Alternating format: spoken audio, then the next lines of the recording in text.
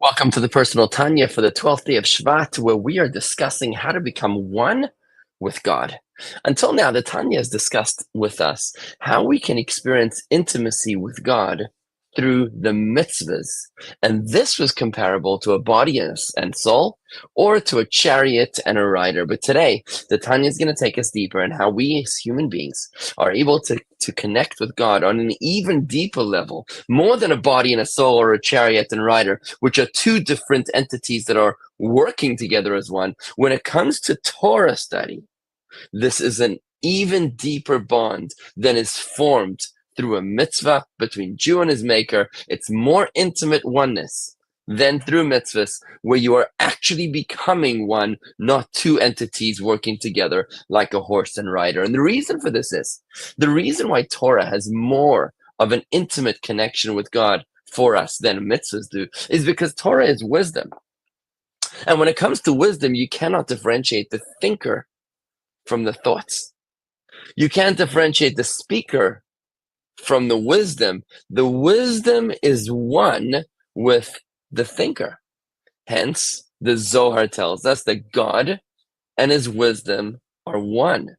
When we incorporate God's wisdom within us, we're capturing not just God's wisdom, but God himself, because God and his wisdom are one.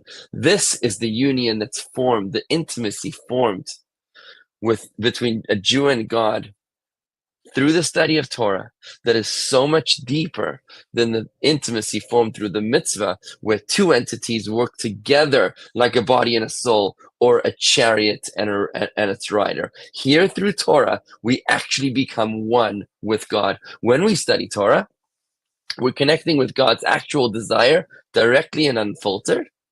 Through study, we're connecting our powers of thought and speech, not just the power of action, which is what connects through a mitzvah, but our higher garments of the soul, thought and speech, as well as the godly soul itself, which now becomes one with God.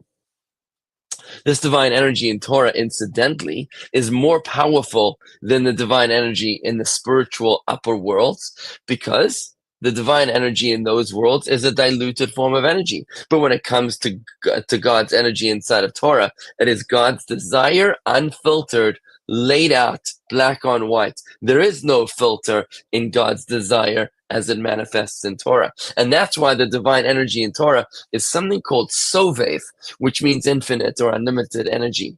We connect to this powerful, infinite energy with the highest echelons of our soul.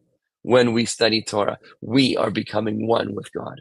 Now, the fact that we don't sense this powerful divine energy every time that we're encountering Torah is immaterial. Like Daniel, it says in the book of Daniel that their knees were shaking and they did not know why. Our sages explain that their soul sensed a divine revelation, but it was more than their conscious mind was able to process. So it manifests in the shaking of the knees, even though they weren't conscious of what divine revelation was going on. Similarly, in our lives also, we experience an inspiration, a divine revelation, without even knowing it in our conscious minds. But sometimes you might be inspired, let's say, to do teshuvah, to repent.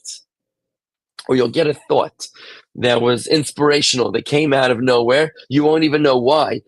It bypassed your conscious mind, because your soul above is able to see what your mind is not able to process.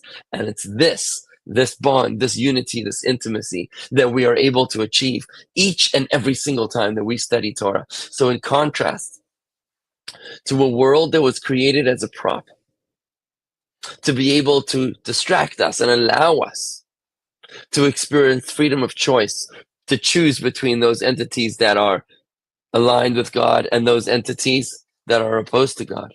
If we want to experience intimacy with God, we can do that through the mitzvahs, but even more so through the study of Torah. It's available to us at any time and at any place.